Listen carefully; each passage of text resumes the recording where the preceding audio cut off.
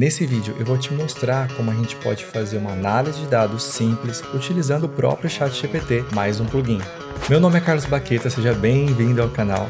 E esse vídeo abre uma série aqui no canal em que a gente vai mergulhar em detalhes nos plugins do ChatGPT. Então se você gosta desse assunto, já aproveita para se inscrever no canal. Só relembrando, a funcionalidade de plugins só pode ser utilizada junto com o modelo GPT-4. E esse modelo só está disponível para assinantes do plano Plus, ou seja, apenas para usuários pagantes. E o plugin que a gente vai explorar hoje é o Notable. Através desse plugin, o ChatGPT vai conseguir executar comandos no notebook. O notebook é um lugar onde a gente consegue executar código e fazer análise de dados. Vai ficar mais ou menos assim.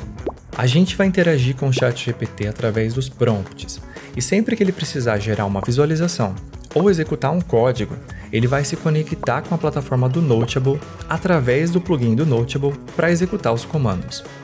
Depois dos comandos serem executados, os resultados são retornados para o ChatGPT e daí ele usa esses valores para construir as respostas no chat. E agora vamos para a tela do meu computador. E depois de fazer login, a primeira coisa que a gente vai fazer é instalar o plugin do Notable.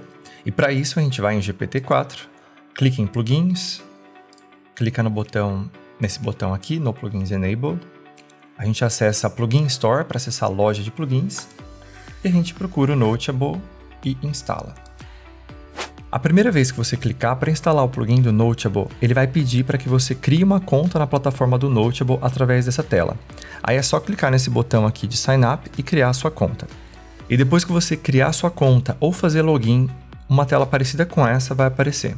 E o que a gente vai fazer aqui agora é criar um projeto para deixar as coisas separadas. Então bora lá, vamos criar aqui um projeto. E aí você pode colocar o nome que você quiser. E depois de nomear o projeto, a gente clica em criar. E pronto, esse é o nosso projeto do Notable. Aqui no ChatGPT, a primeira coisa que a gente vai fazer é habilitar o plugin do Notable. Então a gente clica aqui no Plugins Enabled, clica em Notable, e depois a gente coloca um prompt para informar a URL do projeto, que vai ser mais ou menos assim. Durante esse chat, use esse projeto, o URL do projeto, que eu vou substituir daqui a pouco, para interagir com o plugin do Notable. Combinado? Você pode usar qualquer estrutura de prompt parecida com essa, não precisa ser exatamente essa. É só informar para ele a estrutura a URL do projeto. Agora a gente copia a URL do projeto, que é esse link aqui em cima, e substitui aqui onde tem o URL do projeto. E pronto. Sucesso! Como a gente pode ver aqui na mensagem que ele exibiu, ele conseguiu vincular o projeto com o chat. O que isso significa em termos práticos? Que todo arquivo que ele produzir, todo código que ele precisar executar no Notable, ele vai executar utilizando esse projeto que a gente criou. Agora a gente pode, de fato, começar a explorar o plugin. Eu vou começar com um prompt bem simples aqui para a gente ver o que ele é capaz. Já pedi para ele executar para gerar a resposta. E eu passei esse prompt para ele. Assuma que você é um conceituado cientista de dados que está me ensinando como analisar e visualizar dados de maneira correta e efetiva. Você gosta muito de fazer metáforas e analogias com exemplos familiares durante suas explicações, para facilitar o entendimento e também é muito divertido. A partir desse prompt que eu passei para ele, olha só que legal a resposta que ele começou a criar. Eu vou ler só o primeiro parágrafo aqui. Imagine que você é um chefe de cozinha e os dados são os ingredientes que você tem à sua disposição. Assim como na culinária, a qualidade dos ingredientes, ou seja, os dados, é crucial para o resultado final. E assim como um chefe precisa conhecer bem seus ingredientes antes de começar a cozinhar, um cientista de dados precisa entender dos seus dados antes de começar a analisá-los. Isso é muito interessante porque ele realmente está levando em consideração o que eu pedi para ele, utilizar metáforas e analogias com exemplos familiares. Bom, aí ele continua aqui falando, ele tenta carregar aqui embaixo uns dados sobre vinho, só que daí ele não consegue. E daí ele tenta carregar um outro conjunto de dados que é de pinguins. E aí ele mostra as primeiras linhas da tabela. A gente tem um índice, uma coluna espécie, a ilha onde se encontra o pinguim, o tamanho do bico, a profundidade do bico, o tamanho da nadadeira, a massa corporal e o sexo do pinguim. Ele fala aqui embaixo que o conjunto de dados tem 344 entradas e 7 colunas. E daí ele explica cada uma das colunas que a gente acabou de ver na tabela e o tipo delas. Depois disso ele faz uma análise dos dados faltantes, que isso é muito importante, Ele está seguindo aquilo que ele falou lá no começo, de entender os dados, então ele está explorando as primeiras coisas mais básicas, do conjunto de dados para ver se tem alguma coisa faltando. Agora vamos pedir para ele continuar a análise. Ótimo, aqui está o nosso primeiro gráfico que mostra a contagem de pinguins por espécie. Ele explica aqui embaixo, e olha só que legal, ele está seguindo aquela metáfora inicial, né? Tipo, esse gráfico é como um aperitivo que nos dá um gostinho inicial dos dados. Podemos ver que temos uma distribuição quase igual de pinguins entre as 3 espécies.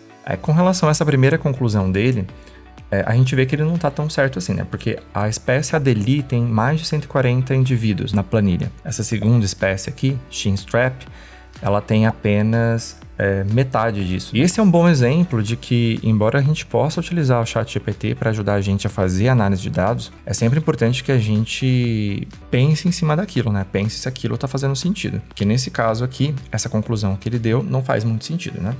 E depois de apresentar os gráficos, ele apresenta uma conclusão, né? Então ele fala, esses gráficos nos dão uma visão clara de como as características numéricas variam entre as espécies. Por exemplo, podemos ver que os pinguins da espécie Gento tendem a ter nadadeiras mais longas e maior massa corporal em comparação com as outras espécies. Agora vamos dar uma olhada como essas características numéricas estão correlacionadas entre si.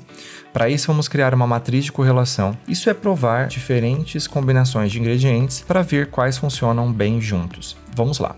E aqui está a matriz de correlação que ele criou. Olha só que legal. O interessante aqui é que, por exemplo, caso a gente não soubesse o que significa a matriz de correlação, como a gente pediu lá no prompt para que ele explicasse durante o processo, a gente sempre pode olhar logo em seguida do gráfico que ele produziu para ver qual que é a explicação para aquilo. Então, por exemplo, vamos assumir que a gente não sabe o que significa uma matriz de correlação. A gente pode ler a explicação dele aqui embaixo. Esta matriz de correlação é como um mapa do tesouro que nos mostra como as características numéricas estão relacionadas entre si. Os valores da matriz variam de -1 a 1, onde 1 significa uma correlação positiva forte, ou seja, quando uma característica aumenta, a outra também aumenta. -1 indica uma correlação negativa forte. Quando uma característica aumenta, a outra diminui. E 0 indica que não há correlação, ou seja, as características não afetam uma a outra. Que é bem legal, a gente pode voltar aqui na matriz e ver. Por exemplo, a diagonal sempre vai ter a correlação máxima 1. Por quê? Porque ela está sempre correlacionando a mesma variável. Então, no caso aqui, dessa célula, está relacionando massa com a massa. Então, a correlação vai ser 1. E assim por diante. Por exemplo, podemos ver que o comprimento da nadadeira e a massa corporal têm uma correlação positiva forte, de 0,87. Isso faz sentido, pois pinguins maiores tendem a ter nadadeiras maiores. E aí a gente pode ver aqui, ele está falando dessas duas células aqui, né? 0,87 com 0,87. Continuando.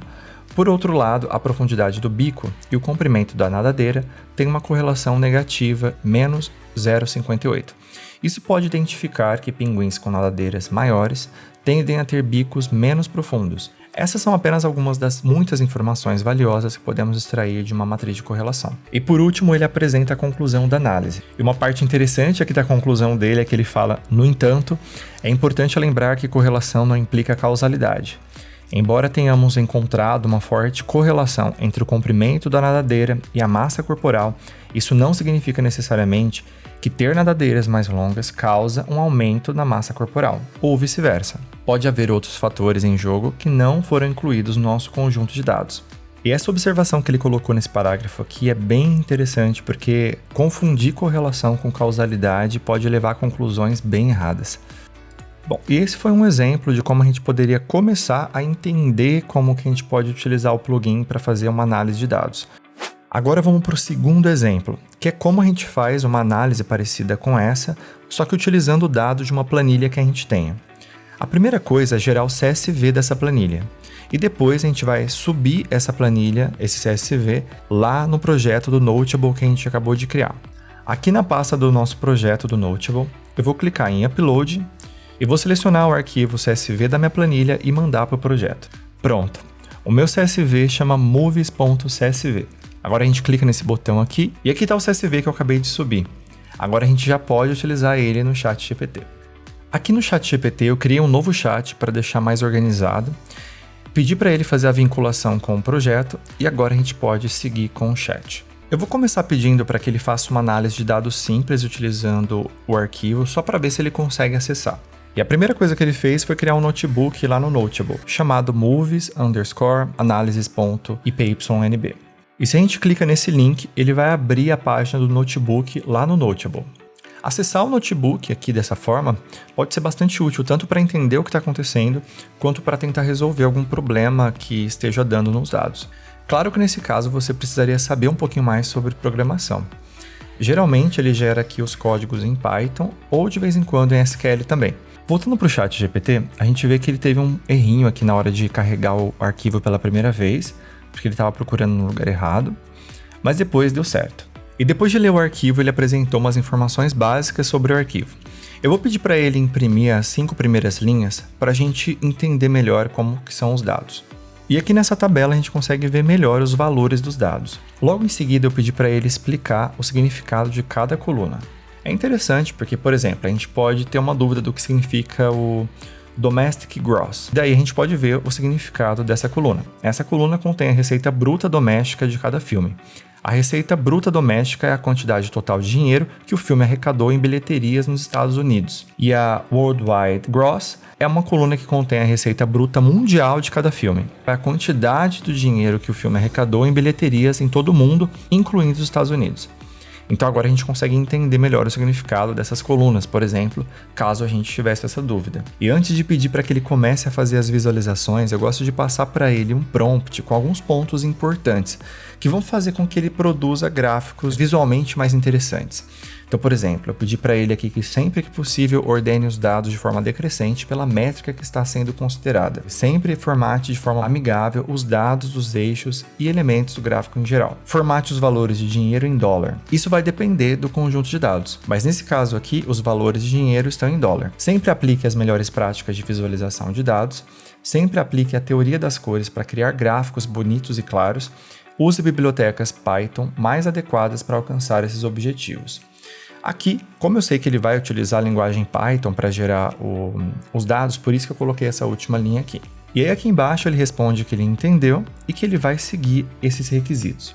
Depois eu pedi para ele criar visualizações sobre os custos de produção dos filmes. E daí ele gerou esse histograma aqui mostrando pra gente que a maior parte dos filmes custaram até 300 milhões de dólares. Depois eu pedi para ele criar um gráfico com o ranking dos filmes por custo de produção com uma linha mostrando o custo médio de produção de todos os filmes do conjunto de dados. A ideia aqui era ver quais filmes estavam acima da média e quais estavam abaixo. E olhando o gráfico que ele gerou aqui, a gente consegue ver a linha tracejada vermelha como sendo a média, que aqui no texto de baixo ele fala que é 290 milhões. Então, se a gente considerar os 3 primeiros filmes que mais tiveram orçamento de produção, em primeiro lugar, a gente tem Avatar, O Caminho da Água. Em segundo lugar, o Avengers Ultimato. E em terceiro lugar, Piratas do Caribe, Navegando em Águas Misteriosas. Agora vamos analisar a arrecadação de bilheteria desses filmes. E aqui está o gráfico do ranking dos filmes considerando a arrecadação em bilheteria mundial. A gente pode ver aqui que a média está em 1,1 bilhão, como ele diz aqui no texto. E considerando esse conjunto de dados, a gente pode ver que o filme que teve maior arrecadação de bilheteria mundial foi Avatar, o primeiro filme, Os Vingadores Ultimato, Avatar, O Caminho da Água. E agora com esses dois dados em mãos, a gente pode calcular a relação entre a arrecadação de bilheteria mundial dos filmes com o custo de produção. E aqui eu pedi para ele, juntando as duas informações, custo de produção dos filmes, mais arrecadação em bilheteria mundial, gere visualizações para analisarmos o ROI dos filmes. E aqui ele gerou o gráfico ordenado do maior para o menor ROI. E aqui nesse gráfico a gente consegue ver que Avatar superou todos os outros filmes quando o assunto é ROI, 1.200%, ou seja, 12 vezes o orçamento de produção. Seguido de Vingadores Ultimato e Vingadores Guerra Infinita formando as 3 primeiras posições. E esses foram alguns exemplos de como utilizar o plugin do Notable no ChatGPT. E a minha opinião pessoal com relação a esse plugin é o que antes a gente teria que programar, seja numa planilha Excel, seja utilizando SQL ou alguma outra linguagem, ele faz pra gente em alguns segundos, né? Então a gente conversa com o ChatGPT utilizando linguagem natural, né? Que através dos prompts, o ChatGPT gera o código e executa esse código no Notable através do plugin. Então a gente ganha esse tempo aí. Agora, funciona 100% perfeito? Ainda não. É importante que você guie ele durante o processo. Dito isso, eu acho que é um plugin muito legal e que pode ajudar muito a gente a fazer análise de dados. Eu espero que esse vídeo tenha te ajudado de alguma forma e se ele te ajudou, deixe um like que isso ajuda demais. Espero vocês no próximo vídeo. Até a próxima. Valeu, tchau!